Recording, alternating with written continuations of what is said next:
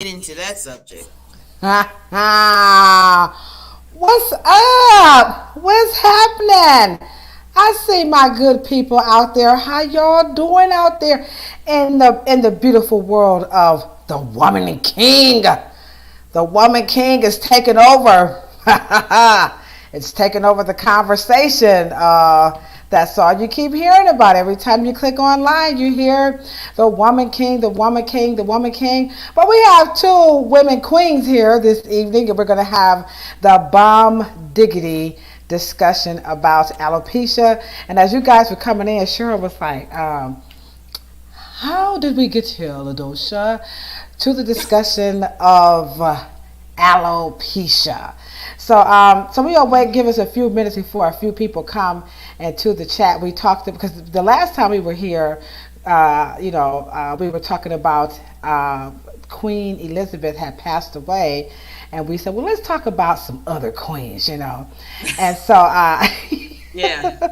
yeah, we wanted to talk about because we have some wonderful queens in our own, in our own history that, we just don't give enough credit, credibility to or attention. So this time we decided. Well, last week we decided. You know what? Let's go ahead on and highlight some women queens. You did a wonderful job talking about the Queen of Sheba. I briefly touched on Queen Hatshepsut, but today the woman king is really taking a lot of attention about. I think her name is Queen Nasika. I hope I'm saying it correctly.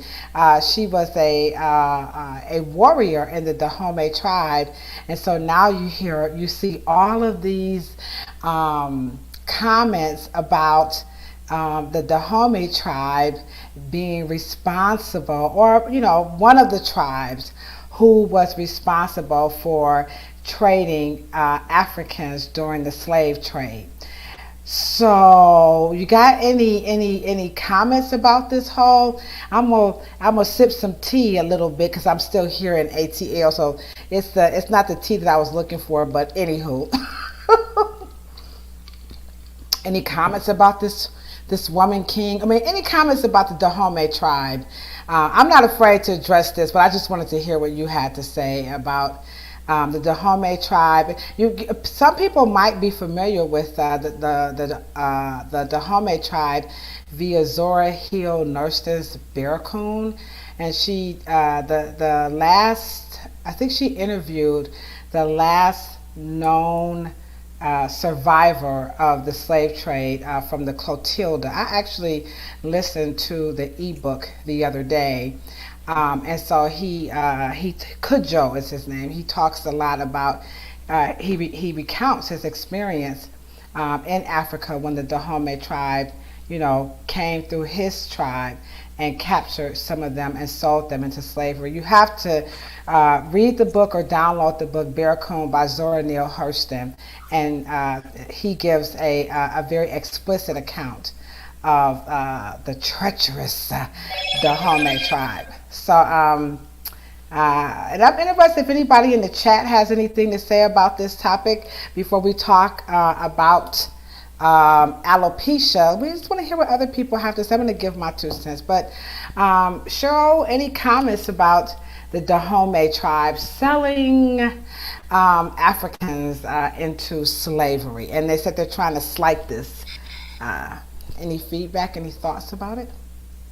I mean, um, selling them into servitude. Yeah, no, into slavery. Like they traded with the Portuguese and they were selling slaves. So I that's. think we addressed that last week in Mm-hmm, terms mm-hmm, of, you know, what would they sell them for? mm-hmm, Like, what mm. did they get? What did they get? Mm-hmm. And, the Yeah. more you dig and the more you dig and the more questions you ask, is saying, why would an African want from a European? Mm-hmm, They didn't have the same currency. Like, what did they get? mm-hmm. So, I don't believe that account. It just doesn't make sense. Well, here is my thing about the account. Um, number one, we know that humans were always just selling each other. You know what I'm saying? That's one. And then number two, at whatever point they was doing it, they damn sure tried to stop it. And so you just, I think it just go. People don't change, Ladosha. Not Mhm. that much. Mhm. It's the same thing as, well, if it was lucrative, why did it stop? Mhm.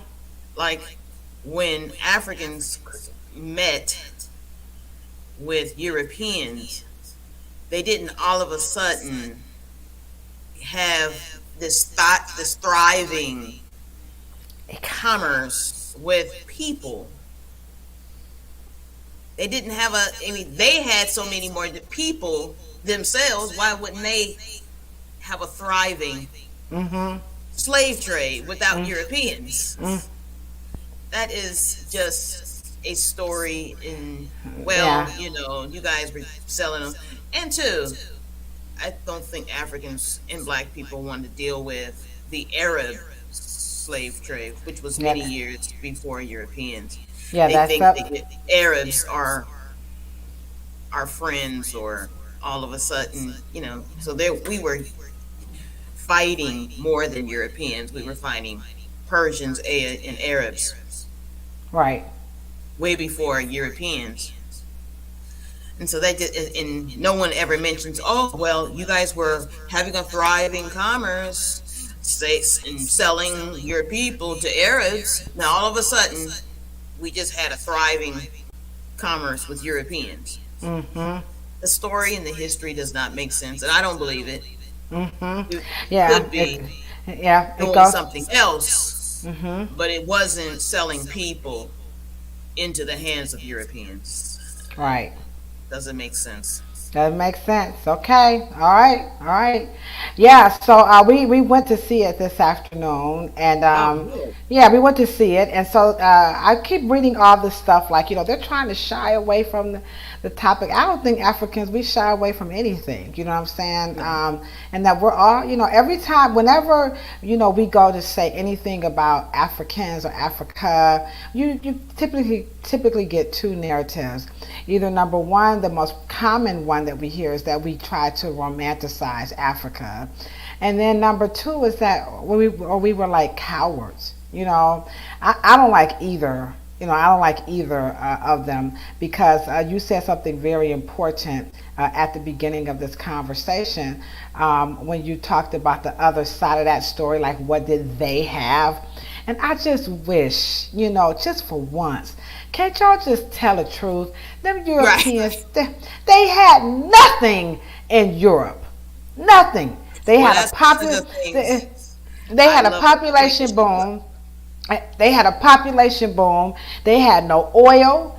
They had nothing. All they had was a Right. damn gun. So I mean, like if we go, this one, the scholarly community. Come on, y'all, speak up and tell the truth. The Europeans, they had nothing over there. They tried. A They black wanted scholar to. Hmm. is Okay. educated by white folks. Okay. I know. That The is not call. going to work. They are not going to be in them colleges, Oh. not in their campus, Mm. talking about the truth. Mm. And you have to understand too. One of the things about Cleopatra, Have you seen the stand up? Paul Mooney talks about Queen Oh. Cleopatra. Cleopatra the first, The first, right? Because it right? was Not the the mother. seventh, not the seventh. No, not the Liz But Taylor one. yeah, these women were committed, brutal, true. I mean, she told Caesar, Mark Anthony, what could Europe give me that my Africa has not already given me? Then you didn't have nothing. Nothing. If that was the case, you wouldn't be here. I would have sailed to you, but I didn't sail to you. You came here. The Facts. first, Facts on facts on facts. the first European university is in Africa, not in Europe. They didn't No. get educated in Europe. They got educated in Africa. Mm-hmm, mm-hmm, mm-hmm. Alexandria is on the African continent. No, you're kidding. It's not in Greece. Rome. Okay, I see you, McCombs girl. What's up? What's up? Welcome everybody in the chat. Rashida, my BFF, made sure I made it here on time. We were skirting on 22s, trying to work through the technical difficulties, trying to get the computer to hook up. Because I'm in the ATL promoting the documentary, the narrative. And when I tell you, we were absolutely well received by an intimate group of customers from Fresh from Earth. So big ups to Kareem, Hafiz, and his wonderful family. They're also my extended family who were gifted to me from my son as he was making his transition. He made sure that I would have me a crazy family just like him. So I always say the Hafizes are my gift from my son. Like literally in his last dying, I mean literally the day before he passed away, he was in Grady, hospital, making sure that Kareem and them was going to look out for me. And I'm here to tell you they've been here. Big ups to all the people from Cleveland. Like I didn't even realize how many people from Cleveland are implants from Atlanta. So when I tell you Cleveland came through to support and we gave some wonderful giveaways, I would like to give a super duper thanks to Rev Air for the wonderful trinkets that we gave away. I'm going to post up some pictures too. And then we also would like to thank Deca Plus. They've given some stuff, as well. So those are our supporters. Also Waverly Willis. He's actually here in Atlanta too. He's at the Barbers Convention. So we have the support of the Urban Beauty and Barber Association, aka TUBA. So big ups to them and the Barberia Institute of Hair, which is a barbering school located in Cleveland. So we have some people who are really supporting us. Also, we had some barber shops that was like, let me come in and do some recording. So and that's Rod. He was Rod the barber, and he has a barber shop on. It's spelled Chandler, but they pronounce it Cantler. Okay, guys, and it's called a Slight Edge Barber Shop. So big ups to him. Just wonderful. So we have another video that I'm going to show you. We went to the African braiding shop. I'm not going to do a spoiler alert to talk about the wonderful our sisters from Africa and see how that went down. So that's what's going on. What's up, Juju? I'm so glad to see you in the chat. McCombs girl, I love to see you guys are in the chat. We're about to have the dopest discussion about alopecia, but we had to get started, talking about the woman king, because of course, it's the talk of the town. And so Shirley and I, we just wanted to say our take on it. Everybody talking about, ain't nobody talking about that the homies sold us into Africa. Why y'all don't tell the truth about Europe? Let's start from right there. So that's our take on it. You guys can, it's your opinions. They're like cell phones. Everybody have one.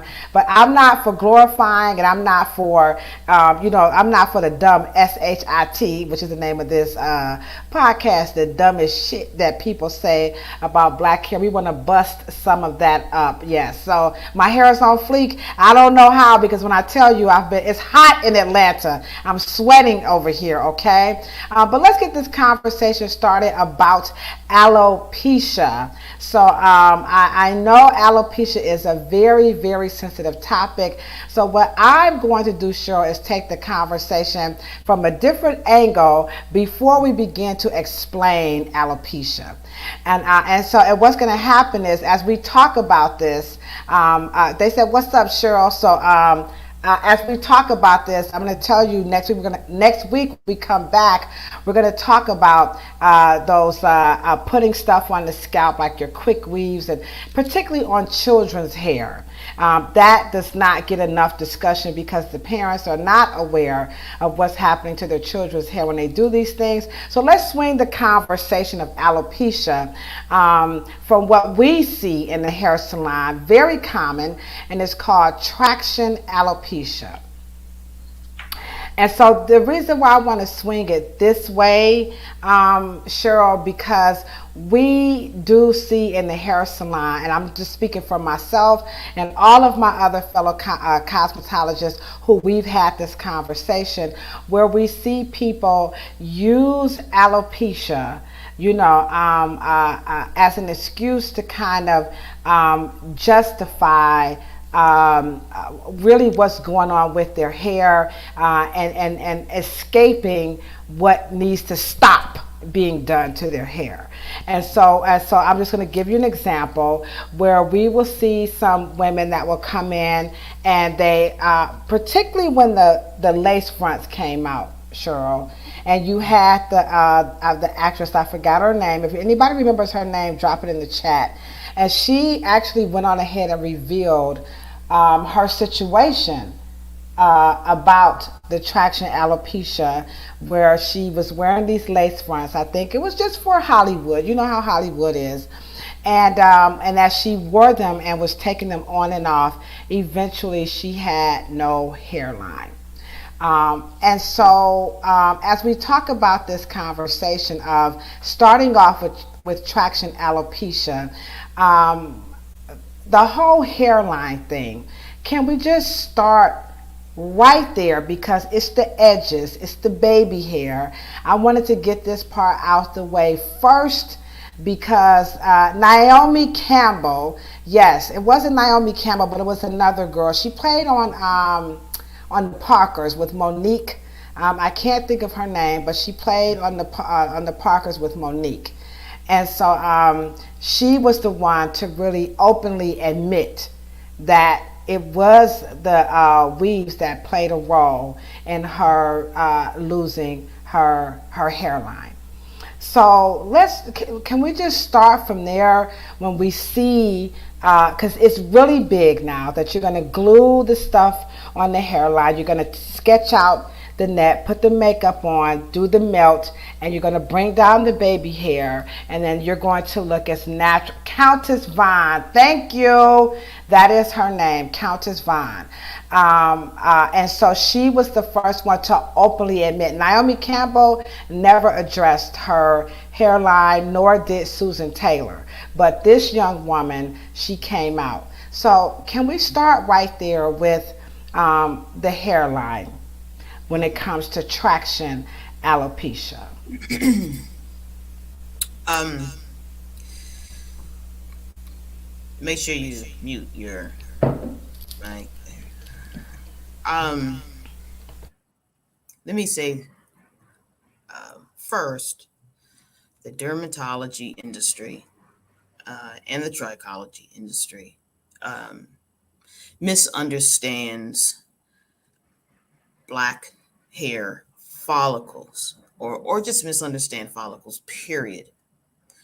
Because, you know, they kind of allude to that traction is the pulling or the consistent pulling or tugging.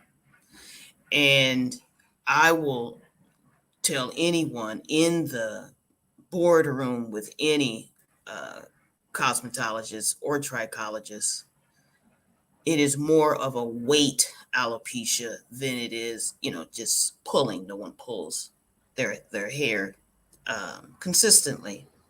However, you will see not only Susan Taylor, because all she had and all she did was wear braids, right? And while you would look at Stevie Wonder's hair as well, there is a consistent recession or receding of the hair uh, line. And you'll see it on Latino women who wear ponytails all the time as well.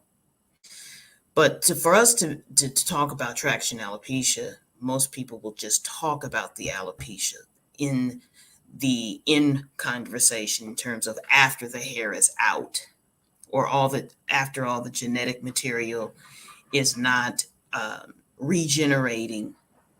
Or there's another term that they used to say about 30 years ago called follicular degeneration, which means that the three phase or the bulb or the papilla does not begin to grow another hair in the place of what was pulled out. Okay. No, I'm sorry. Follicular degeneration. I don't know what I said before, but anyway. But here's the thing: the keys are in the preventative conversation. Then you'll be able to understand what most people can, how, if you can talk about how to prevent it, then you can understand probably what the culprit is. And I tell most people the follicles are placed on the head in a direction. And by the time the hair starts from the crown and goes into a spiral, and they're placed, so by the time it gets to the front of the frontal lobe or the front part of the head, there it's going in a curved direction. The problem is that it's never, not one hair on your head is placed to go the opposite direction, or to be pulled. And so you pull and you have a muscle, people, inside of your follicle, okay, the pili muscle. That muscle is for, it's like a joint or a spring, is to keep the hair in its place. And let me just say that once you have a consistent, and it happens to people with locks as well, it's this consistent pulling in the opposite direction of what your hair is supposed to go on a consistent basis. It'll start as a pop, the hairs will get shorter, and then eventually the whole evacuation of the genetic material out of the follicle. Also, we don't understand that one follicle is supposed to only share the weight of one hair. It should not have weight on 5 or 6 and 7 or 8 and other hairs along with it. So when you combine it in a knot or in a plait or something of that nature, and we do see that this is consistent with people who have this consistent behavior all the time, and it is designed to be able to be pulled maybe a couple of hours or days at a time, but this consistent, and I am a consistent ponytail wearer, but I have my whole hairline, and that is because my scalp, I do understand that I should only, and I don't pull every hair into the same, everything is not perfect on my hairline. I don't put a hair that's here in a plait that's over here. And you'll see most little girls, I always tell them, you got to put little girls, you got to make sure that you don't put them in squares, because the 4 corners will be drawn into the center, and those 4 ends, those hairs will be stretched. So it's a matter of a practical, paying attention to how the follicle naturally is supposed to be pointing, and trying to loosen up that pressure maybe every other day, and to change the direction of your parts, change the direction of your hair so the scalp muscles can share the same weight. I call it weight alopecia, not traction alopecia. Traction alopecia is when you have the scholars within the industry or the discipline making up names, and I get it, in terms of what they're talking about. But weight alopecia gives the cosmetologist more of a clue to what they're doing, so they can have a better corrective behavior. Yeah. Oh yeah, that makes a whole lot of sense, because one of the things that we make sure we do, and in the hair salon, that a lot of people, if you haven't had a chance to have the experience, remember guys, you guys determine our success. And we know there's a lot of bullying that's going on in the hair salons, especially with the online, where you have to leave your deposits. But you guys, you got to speak and use your voices. So, for example, one of the things that it is imperative that must take place to reduce the likelihood of what she just, now we have a new word, it's called weight alopecia, okay? Is we really have to do that consultation. And I said really like 4 times, because Cheryl gave a wonderful example. Let's take, if we just look at my hair, for example, right? And so I have this slight, pullover, because like she said, it can't be this real hard pull, because the hairline is growing in different directions. And what we do when we do a consultation is we're going to pay attention to what we call growth patterns.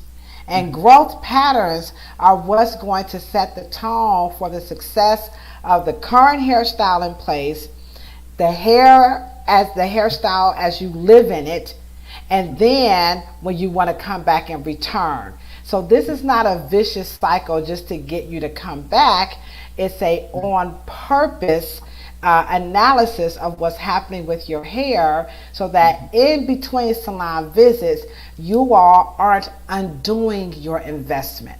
And so we Yes. see a lot of women that come to the hair salon and go into this one next. And I hope guys don't get upset. Please don't get upset for what I'm about to say. But I got to say it because this is the dumbest shit that people say about black hair. And like Cheryl said last week, this podcast is to break it. So here we go. I want my hairstyle to last. Talk about it. Talk about I want my hairstyle to last. They want the weaves to stay in. You got a company promoting 6 month weaves. You got people promoting, when I leave the salon, I want to wake up tomorrow or the next day. These are the things that contribute because you're trying to force the hair into a place where it can't be that way. So talk about I want my hairstyle to last as it relates to alopecia, or if it Well, does. and let's be clear. I mean, after a while, you guys notice that after a while, Ladosha does not have to push her hair over. It just the hair will just start going that way. That's why you have a pillar muscle. Hopefully, within the next hairstyle, she pulls it the other way to give that particular area a rest to the point where they can realign and not have so much because you have to have pressure there to make that hair stand and loop like that. And so, but thank God, each follicle does not have a weight on it. Each hair is sharing its own weight. But I will say, just to go to show you how ridiculous I want my hair to last is, can you imagine a young black man going into the barber and being mad at his barber because his fade didn't last? It just makes no sense. Ladies, only black women say that. Only black women want a hairstyle to be separated from their hands. I, yes, you get a wonderful press and curl or a flat iron. You have to do something to it. Get into your beauty process. And I think that the skills within the last 30 years, because of course, our hair didn't even last when we was 5. Our mothers had to do our hair basically every day. I don't even I Hold up, I gotta interject. I see you, Shanette. I see you, McCall's girl, because y'all know where I'm going. What's up, Team Shockley and the Heezy. You guys know what I'm gonna go. Here go the other dumb shit that people say about black hair. Y'all ready? Do you know how much money I just spent on this weave, on this hairstyle? And you gonna tell me, come on, here you go. What you gotta say to that, Cheryl? well, there's a commercial called what I think was Sybil Shepherd, and she always would close. I think it was maybe a Dark and Lovely commercial, and she said, "I because I'm worth it. You must put your hands in your hair." Now, given I'm saying you can knock 35 minutes off or 20, 15 minutes off by preparing it at night. However, I am completely, completely bought into the idea that women who have invested in the hairstyles that they don't have to touch has been the culprit of the hair loss era because they don't want to buy. And let's just be clear, it's not that they spent so much money.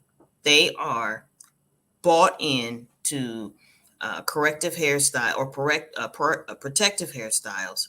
The protection is not from the elements, the air, the water, the sun, the trees, the cat, the dog, her time, her job, her workout. No, the protection is from her convoluted and distorted relationship which she has with her own beauty process. And it's plain and simple. I've been doing hair, man, as long as I was 13 years old. I get it. It is time consuming, but that time, are you worth it? Are you worth it? And, you know, that particular colloquialism, I don't want to bother my hair, did not come out of the 60s. It didn't come out of the 70s. It wasn't in the 50s and 40s. It's not in the 80s because we had the curl. We had we didn't even come out of when we returned to the relaxer, the asymmetrical cuts, the Toni Braxton, the Halle Berry. It was not out of those eras. That is a new phenomenon after enduring the weave generation. The And weave yeah, protects our hair. right, because let's just be honest. Do you recall, anybody recall the Olympics like in the 80s and the early 90s when FloJo, I'm talking about them sisters was running in the Olympics with the flip, the relaxed hair, and the hair was, quit. Y'all know I'm not making this stuff up. Google it, go on to YouTube, and you look up the African American sisters, and just all across like Jamaica, they were running, winning races with their hair in a full-blown relaxer, roller set, thermal curl, Corn, and was it cornrow, everything. French braids, cornrows, perms, relaxers, ponytails, putting some pink lotion in it, putting it in a bun. What are we doing? There is no excuse to have this weave generation of women talking about I'm giving my hair a break, and then the break does not serve anything because now the break is then okay, so who's taking a break? You or the hair? No, you are taking the break. You are doing the break. And the hair is being protected from you. And that is the psychological thing that the consultants in the cosmetology field have to have these conversations, this convoluted inner dialogue Black women have with themselves, and to get them out of this confusion and out of this convoluted, distorted, imbalance, frustrating relationship with themselves. And that's what it is. I mean, there has been countless consultations because I used to do a show called Hair Coaching with Michael Baisden in New York. Just being just coaching them out of the inner dialogue that is so distorted and so out of their interest and so imbalanced that they're going one direction. I would say to a woman, she says her hair doesn't grow, and she says, and how can she speed her growth pattern up? And then in the conversation, she tells me that now I have another question. I said, yes, ma'am. And she was like, so what do I do with my new growth? I'm saying, man, we just had a conversation. You said your hair didn't grow. That's the dumbest shit we be saying.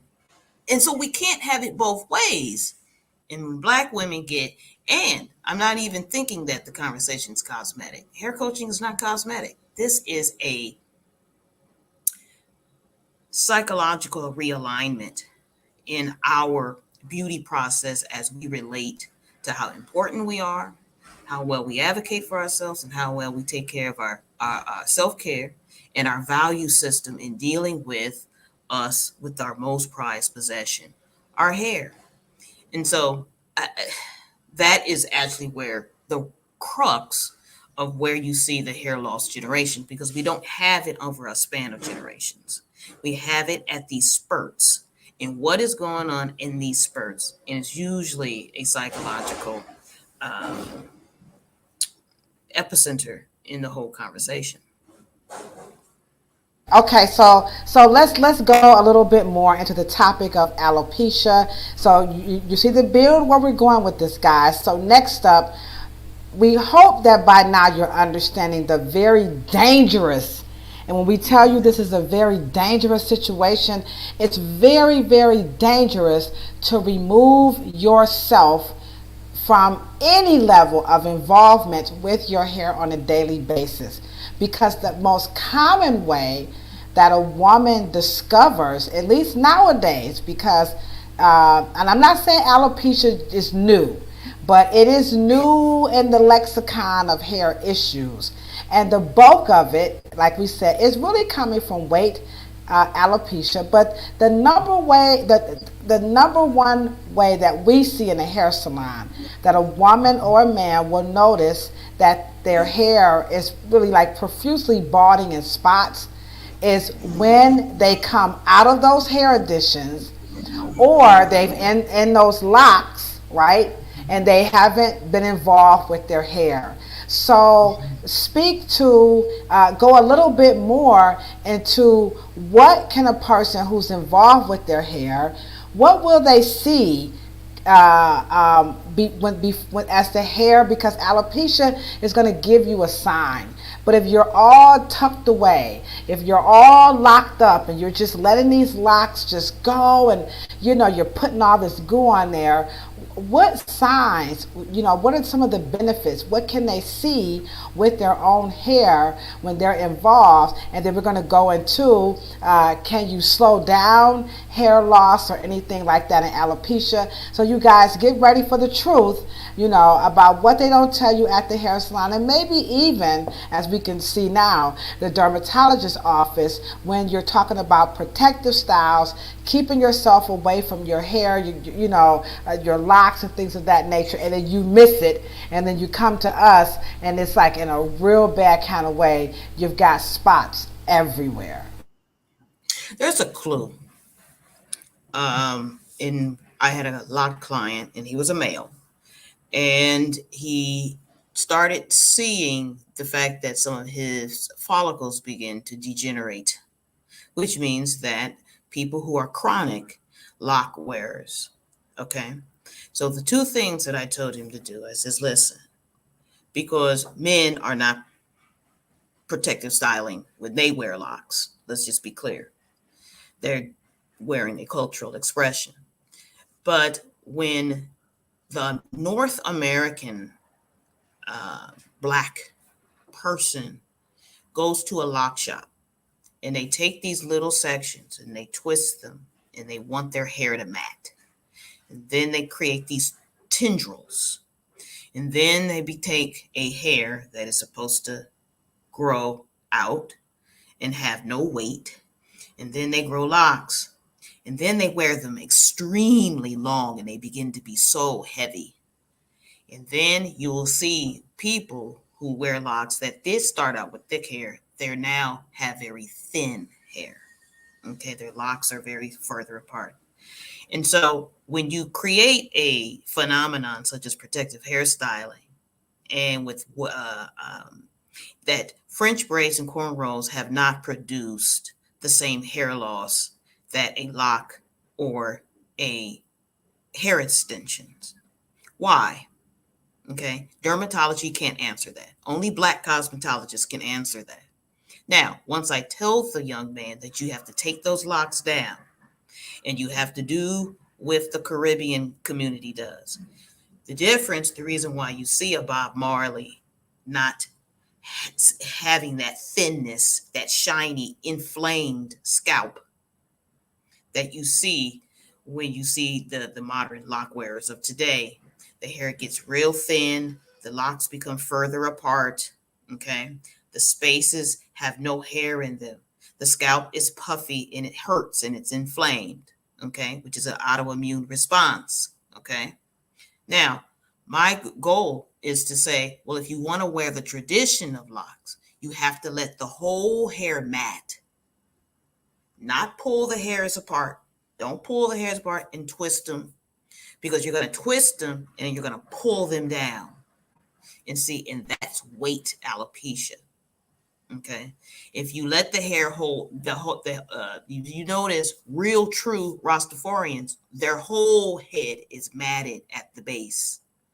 And they may have big ropes of hair, but the whole scalp is shouldering the weight, not little tendrils and these little weights on, and the hair popping, and then the hair spreading, and then the follicular region. Hold up, Kilo. That's unkempt. I ain't gonna be walking around because I'm not trying to be Rasta. What do you have to say to those people? Because we have locticians. That one just blows me out the water. People be asking me, "Are you a loctician?"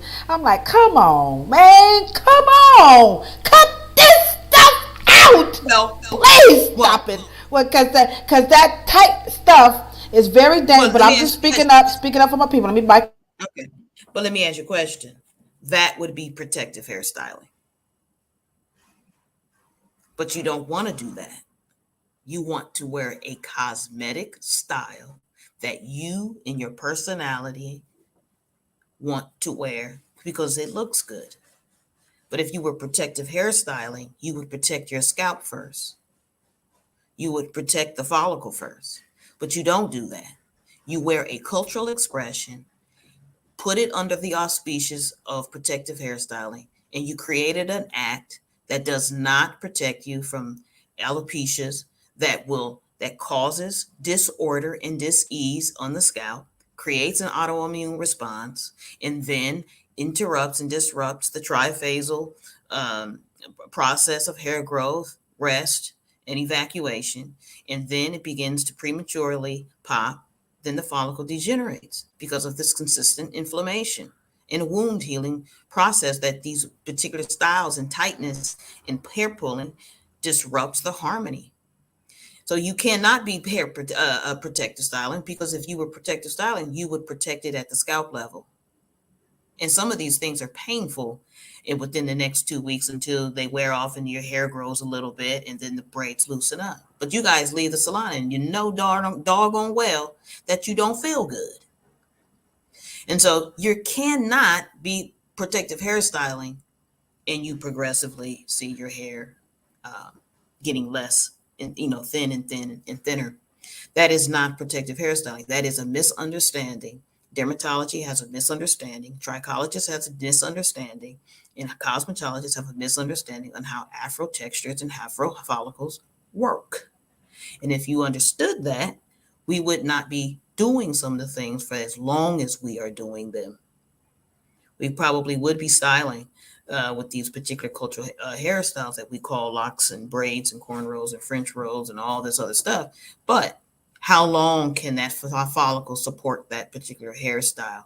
Even though it gives you a fixation that allows you to get ready in 2 minutes, but at what price is getting ready in 2 to 5 to 15 minutes? And then you go to work, and then next month, your hair half is on the floor and didn't have to be.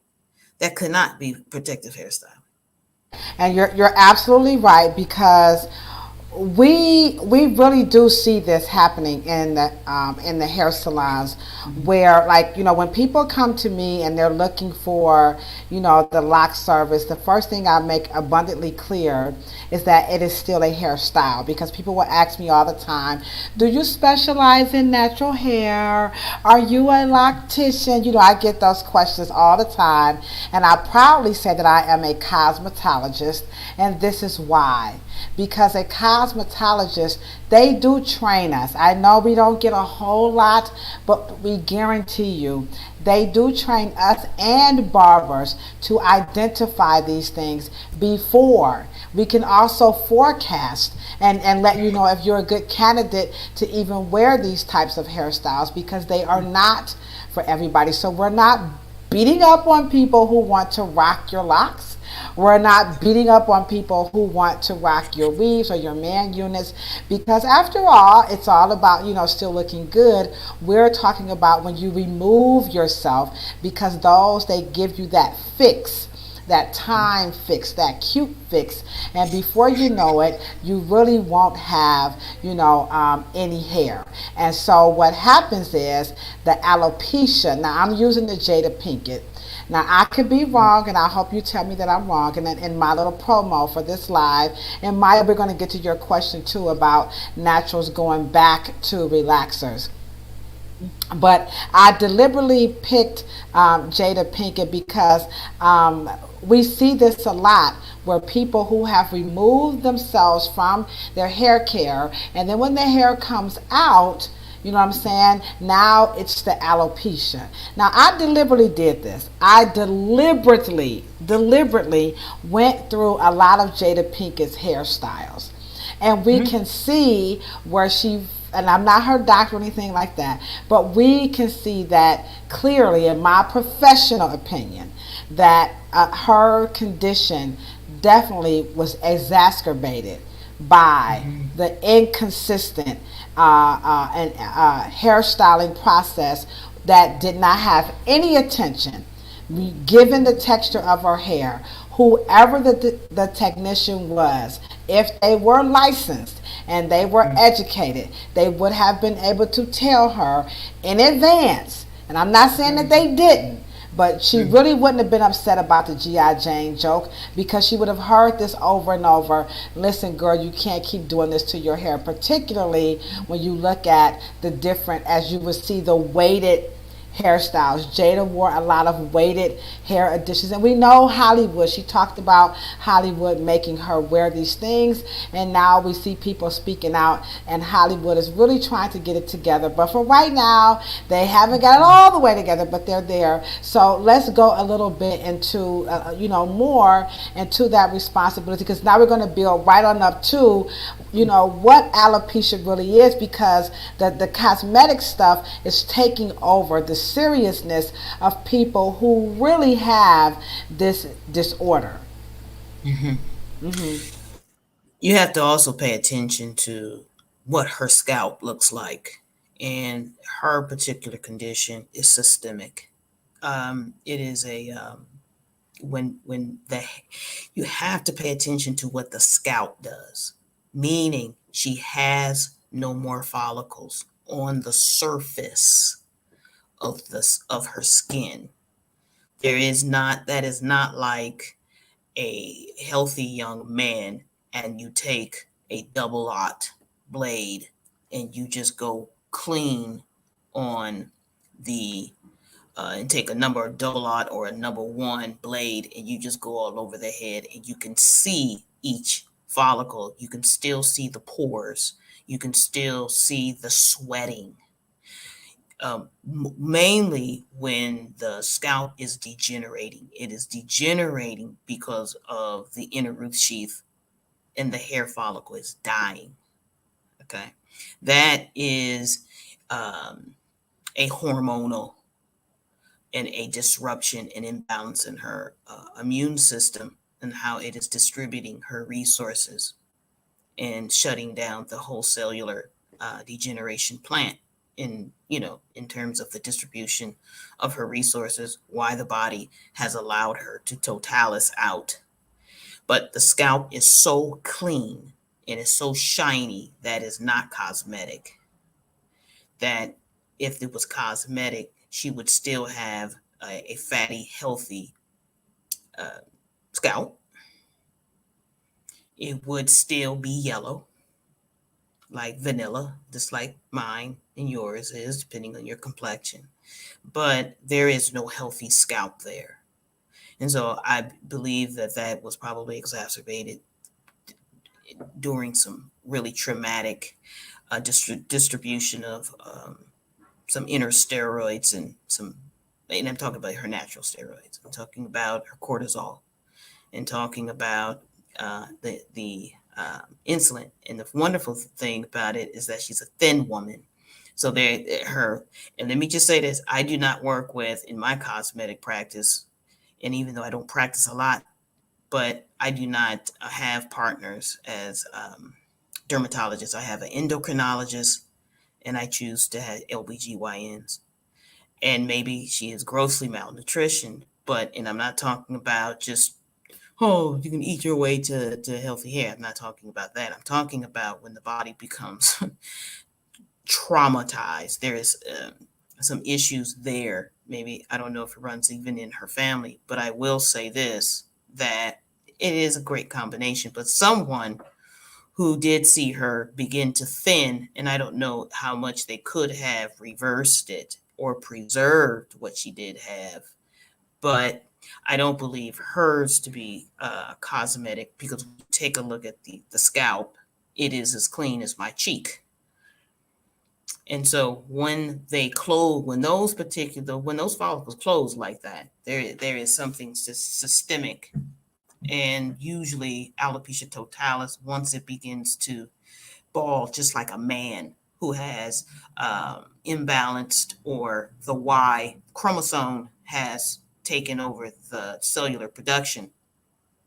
When a woman, which is very rare, and black women don't get it as much as white women get it, and that's a whole nother conversation. But that is usually a hormonal um, systemic issue. And as cosmetologists, there is a checklist. See, the checklist, the dermatologists don't know. Hopefully, the cosmetologists, I don't even think trichologists know the checklist, but I take cosmetologists through a checklist. Odor, different coloration. What are you looking at? The scalp, is it shiny or is it matte? Is it still dimpled? Is it leather-like? Is it tighter? Check behind the ears and the forehead. Is the scalp in the middle, like the scalp skin on the forehead? Some people's forehead is fattier than the crown of their heads. But I will say that the totalis is a whole combination. But in my experience, hers was brought on by a traumatic hormonal event, All and it right. dovetailed. Okay, so there we go. So I stand correct. That's why we got to have the dumbest shit, like people be saying she didn't have alopecia. But we got to have these conversations. Somebody has to go there. We have, what's up, Sean? I'm so glad to see you in the chat. We got brother Sean Annie Harit, California, in the chat. He said that his son has some alopecia, but his hair came back in some spots. We have Maya Watkins. What's up, Maya? And she wants to know, Cheryl, how do you feel about naturals, going back into the relaxer now that it's starting to, we're starting to see the reports, that the naturals are going back to the relaxers? Um, One thing I have to say, I think it was 2007. There is a couple of technologies that we were creating and selling very well, actually. There has been a push to an organic alternative to um, so-called relaxing. But again, um, we're going to use relaxing in a different way in this era. And relaxing is what you basically have now. And what you're talking about in terms of the curl being in its natural state. And that is why the hair reverts. So we're going to say that's relaxing. But I do know what you mean by, and I call them Cosmo Naturals.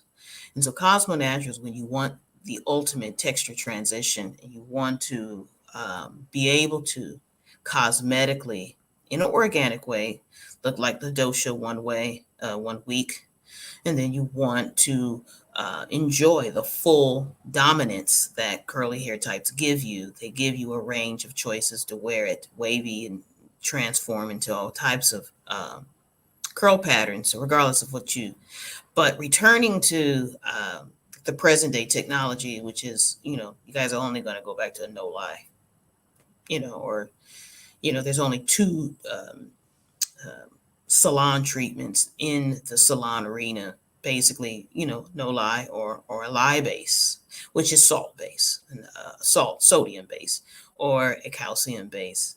I will say this, I am now heavily in the innovation of bringing back the texture enhancement, because we found that, curly textures do work better when there is a minimum of hydration to the cuticle layer, because you're only fixing the cuticle layer when you are transitioning into one style or another. You don't want to get into any cortex, removing of the bonds and all that other craziness. You don't want to get into to any of that, because it's not necessary. You're only dealing with the cuticle.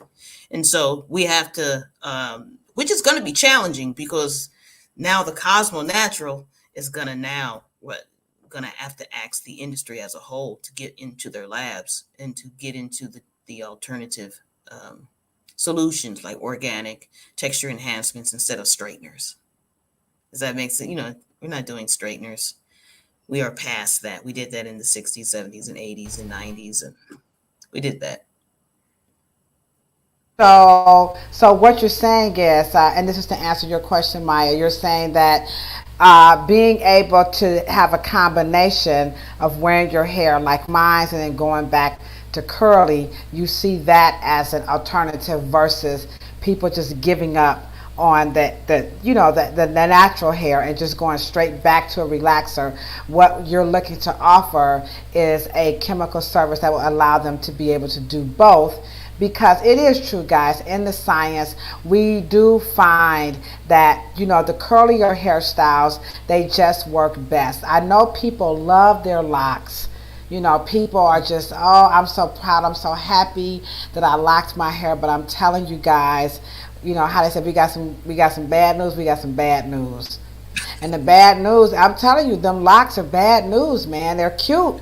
If you want to wear a hairstyle, for a little while, a season, a year or two, go for what you know. But to be honest, when you're talking about this alopecia, given the seriousness of where this is coming from, and like she just said, you're talking about something that's internal that doesn't get talked about. So you have the actual scalp disorder, and then you have the weight alopecia, which is very, very, very common amongst African Americans with these lock styles, is that you don't see old people with them. It's not that many. And I'm in the hair salon, and I'm telling you, they don't want you to take pictures of their scalp. You don't see this in your search engine, because these people are so infuriated and angered that nobody told me earlier, when they put these locks into my hair, that this would be the ultimate end. This would be the demise. So yeah, you natural, you looking real, RBG. I hear you, I feel you, but you gotta understand, like she said, these are cosmetic. These are still hairstyles, and if they're removing you, from your hair, particularly, and just, I know it's 7:02, but this is an intense conversation, and I see you, Kofi, in the chat saying, oh no, oh yeah, we're Let not. me, Go ahead, let me go ahead. no, no. And let's be clear. Locks are not uh, African in nature. Locks are a Western um, colonial um, phenomenon. They're not African. And so we have to understand that What you talking about, Willis? Come back, you losing us. the history the history of that hairstyle is in colonial protest, when the crown, the British crown, began to lock the civil liberties of Ethiopia. And that is the children from Africa begin to protest, and they protested with their hair. They locked the hair down, the spirit of the hair, and that it is a protest. And so, Africans see Western black people wear locks, they think you're sick, or they think you're praying, or you're going into lockdown, or you're in mourning.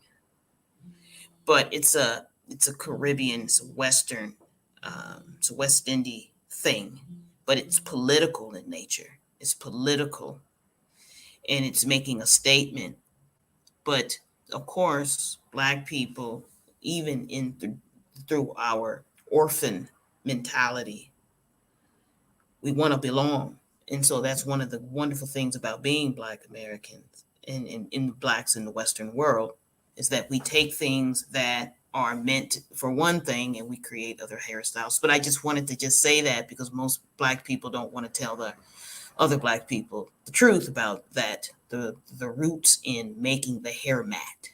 There is no such thing in Africa about just leaving your hair and not adorning it and not fashioning and grooming it and leaving it to tangle and mat.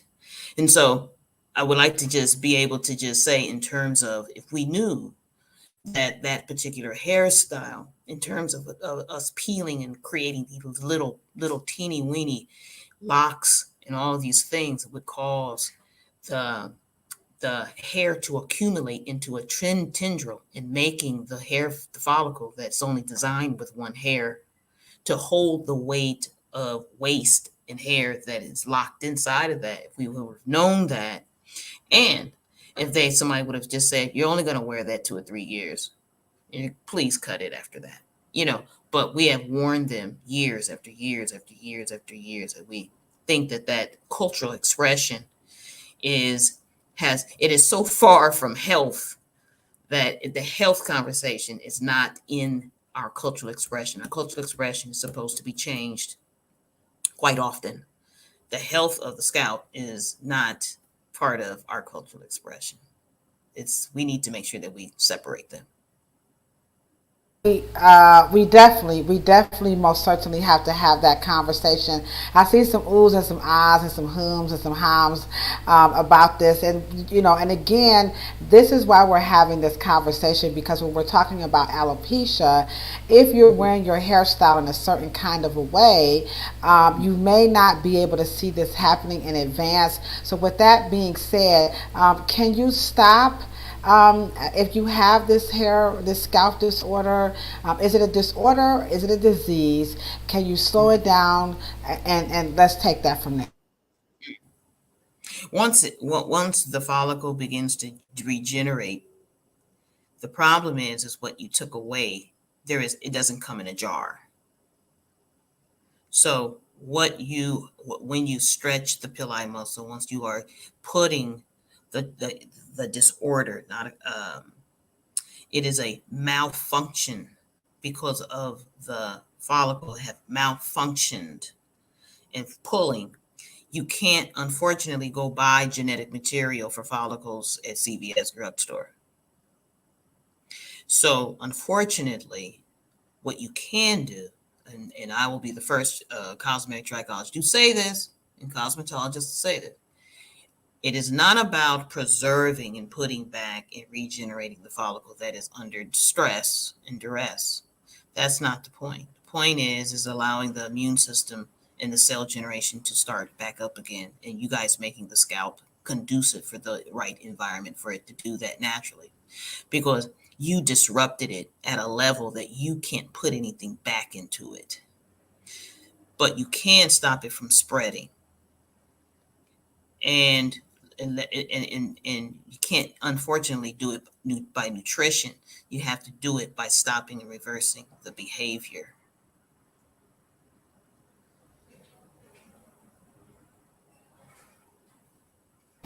Okay, that's a good one. That's a good one.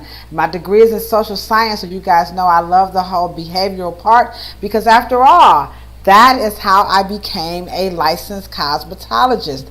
It was the behaviors associated with the hair that I saw as an outreach worker that got no attention, because everybody is stuck on, oh, look at how pretty, look at how cute, look at how black, and it was getting lost in the sauce at the expense of the consumers, who were whacking their children, feeling bad about themselves, hating themselves, wanting to cut it off, doing all types of things, all because the wrong conversation was being had to our people about what to do with their hair. And when you have, is alopecia, is that a disorder or is that a disease? Which one is it?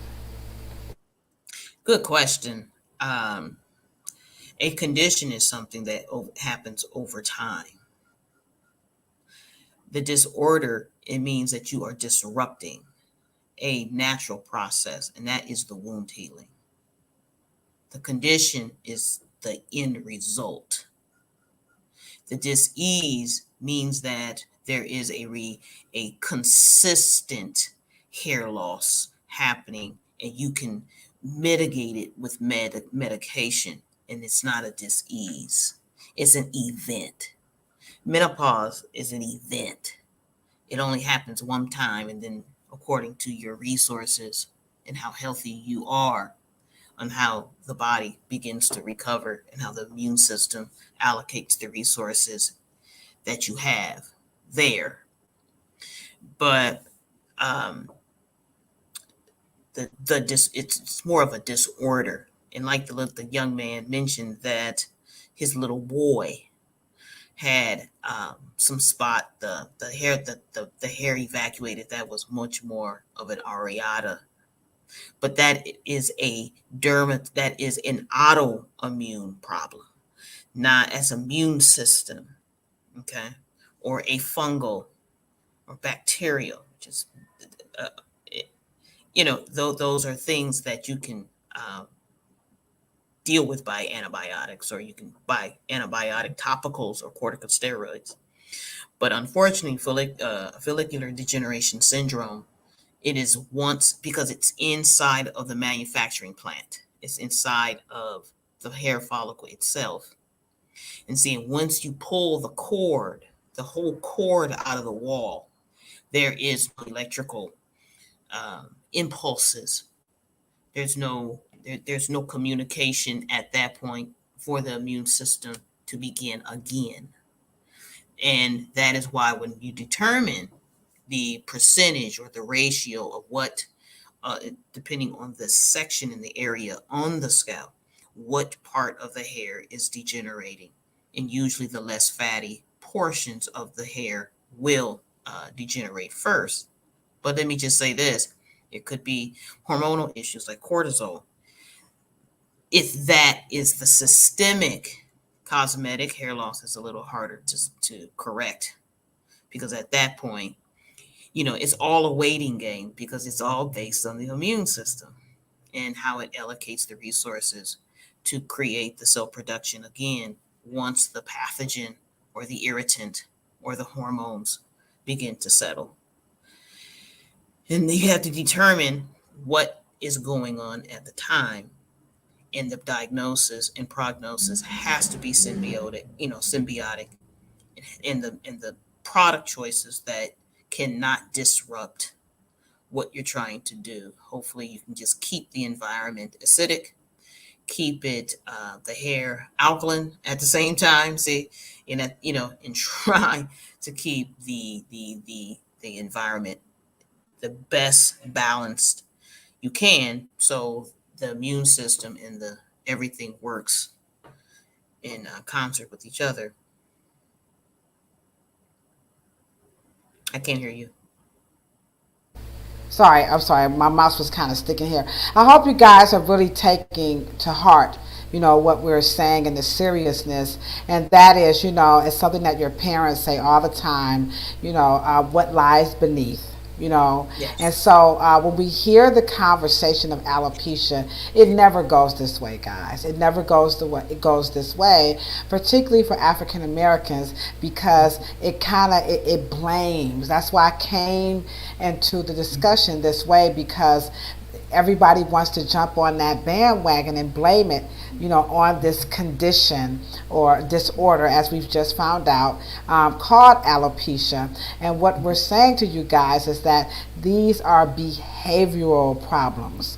And I saw this as an outreach worker. It is not. It is. I know people are like, it is too from Africa. It is not, okay. I'm just saying, when you go over there, they do like, why y'all doing that? They don't quite all get it all together. It does have a more complex history, but in modern day times, not many people are locking their hair to, against something. But in the modern day times, because we got to move forward, it is a hairstyle now. Be careful of the snake oil. Yeah. Watch out for people who are telling you that they specialize and all. The cosmetology license from a cosmetologist who cares, you're gonna be better off Even if you work in tandem, say your cosmetologist does not do the actual locking, I would at least go to your barber and the cosmetologist, if nothing but to let them clean it, because they can see things that that natural person may not know. Some people are afraid because, after all, Cheryl, you messing with the church's money. That's how Let we me get ask you guys paid a out question. here. That's how we get paid out. Let me ask you guys a question. So, how can you be a professional natural hair care stylist? So that must mean mamas have been in the industry. Mothers have an honorary degree at being a certified, because you don't, the government and the state legislation is not requiring that Black mothers in their living rooms become certified. So it is just the weirdest thing for someone to ask another Black person that's been Black all their life, do you specialize in natural hair? To me, it's people, I'm sorry. That is the dumbest shit. Black people say, I don't understand how a Black person with black afro curly nappy kinky coily hair all they life, that has been doing their hair without a certificate, been doing their hair after, but without a workshop, without a license. Mamas, grandmamas, aunties, daddies, hair love, they won. They did not ask that daddy, did he have his license? Or what made him certified, qualified, or bona fide to do his little girl's hair? He was not introduced into the natural hair care industry to be able to put some pink lotion, Vaseline, soap, water, some bobos, some rubber bands. People, what? What? Stop. That is just so ridiculous.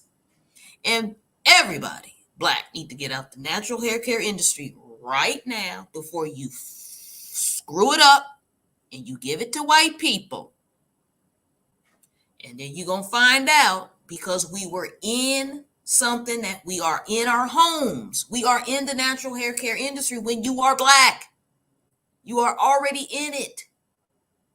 When I do my grandpapa's hair, I've been braiding my grandpapa. Y'all been doing y'all own hair for eons, myriads, years, millennial.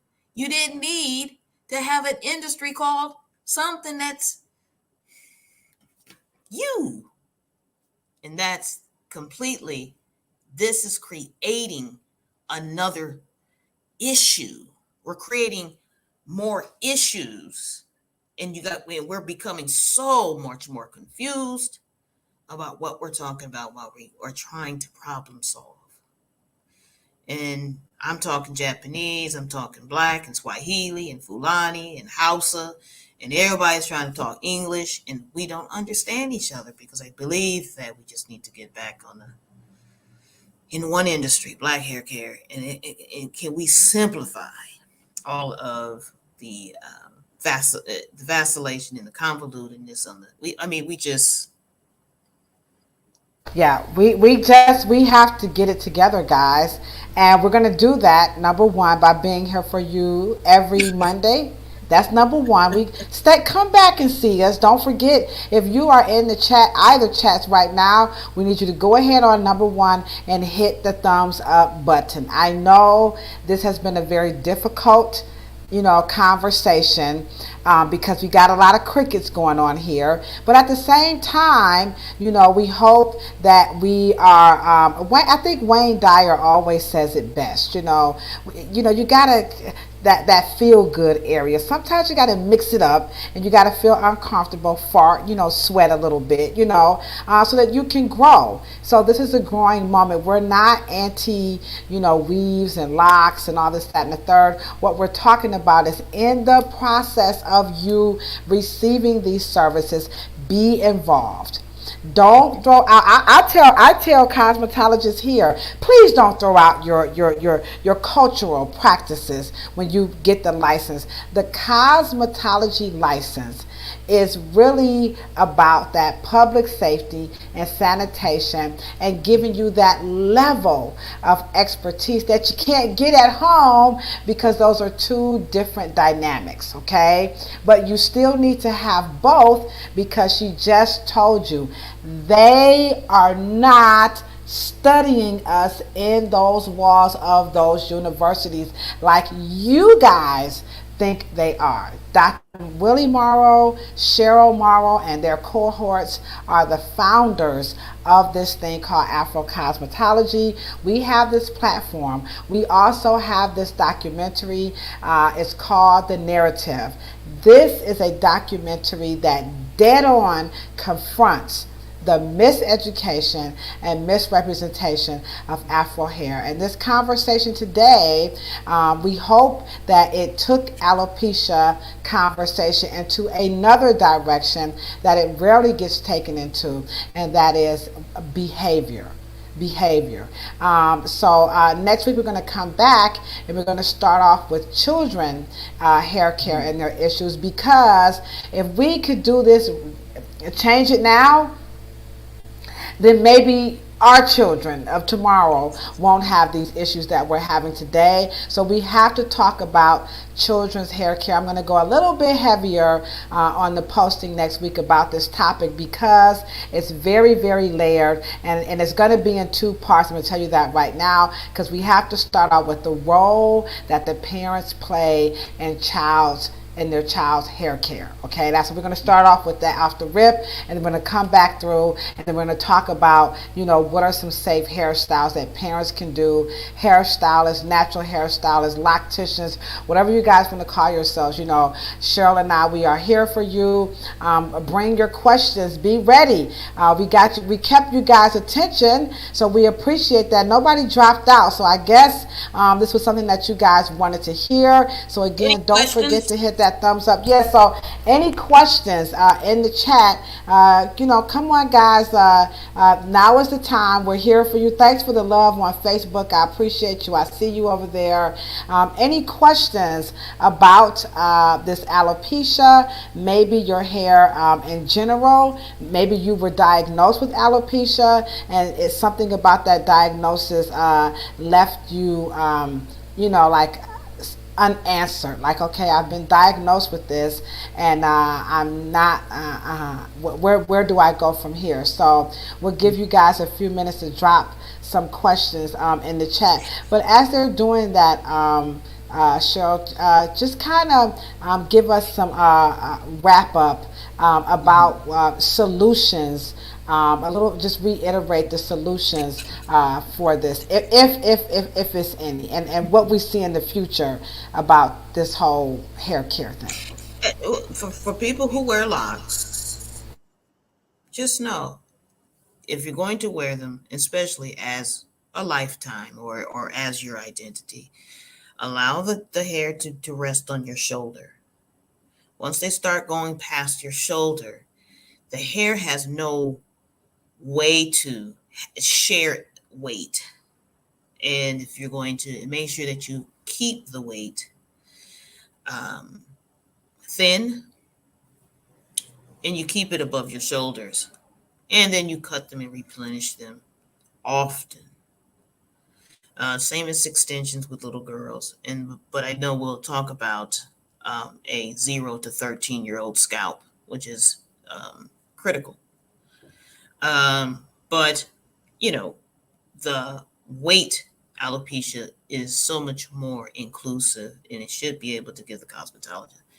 And talking about the disorder, chemo, when hair comes out with chemotherapy and radiation, it causes a disorder.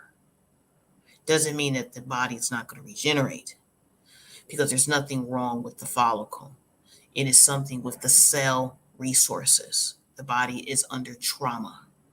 And so it is distributing the endocrine system, the endocannabinoid system is distributing the resources where it needs to keep you alive. And unfortunately, your hair and your skin, things of that nature, does not apply. And so it is not in the first responders. It is in the third. So once the body relaxes and can redistribute the resources, the cell production of the hair, it grows back because the follicle is not damaged. That's the difference between traction alopecia, where you have a damaged degeneration, follicular degeneration syndrome. The follicle is injured. It's very hard for the immune system to deal with that because the physicalness of the inside the physical, inside the follicle is injured. So that's the difference between a follicle that is in totalis, chemotherapy, medication, and it's just under resource damage. But follicular degeneration syndrome, the traction, it has been snatched out. And there is an injury versus a systemic issue. And those things are different if we can just keep those separate. Okay, I think that was good. I mean, we kept you guys' attention. You guys were like all in it. Replay it. Come on, replay it. Take some notes. If you have some questions you want to put back in the chat, Cheryl has told me get back in that chat and answer some questions. So I'll be back in the chat and I'll be answering the questions. What I don't know, I'll come back to Cheryl and say, Cheryl said that you said that I said, okay? So that's how it's going to go down. We will be back next week. Atlanta is hot as hell in Atlanta. Let me just say that. I'm in this room. I'm sweating. I got a fan down here by my feet. Good Lord, it's hot in Atlanta. But let me just say this. Atlanta was, what's up, Hattie Mae? Hattie Mae is in the airport. I got to give it up to my BFF. She flew in from Mississippi, and I'm telling you, we went through the streets of ATL to promote this documentary. And Atlanta, I knew they would. They received us very, very well. I couldn't get out as much as I wanted to, but when I hang up, we're going back out tonight. We're going back out tomorrow. So far, everybody has been absolutely, receptive of what we're doing. The barbers and hairstylists are very excited. We went to a cosmetology school. Let me look them up right. I promised him that I would give him a shout out. He was an instructor at the cosmetology. So I wasn't quite sure if they were going to receive us. It was called the Empire Beauty College. They were located, I forgot which part of Atlanta they were located in because I'm not from Atlanta, but the instructor, he was absolutely phenomenal. He allowed me to come in and give my spiel. So big ups to Empire Beauty College located in Atlanta, Georgia. I forgot what suburb. We were in Stone Mountain. I think that's what we were in Stone Mountain. And so Emerald Beauty College, we love you very, very much. All right, guys, you know what we said? We're signing out. Hattie Mae, thanks for coming up from the SIP to help your home girl out. We appreciate you, Shirley, and I. We love you so very much. Big ups to Kareem and his family from Fresh from Earth and everybody who supported the event yesterday.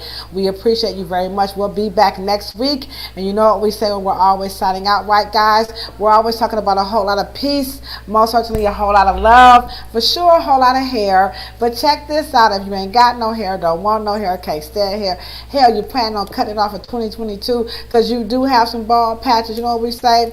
Don't worry about them bald patches because Cheryl just told you. If it's in the recovery, think it's going to come on back. Just be patient, be patient. If not, that's okay too, all right? And then because you are beautiful too. Deuces, we out.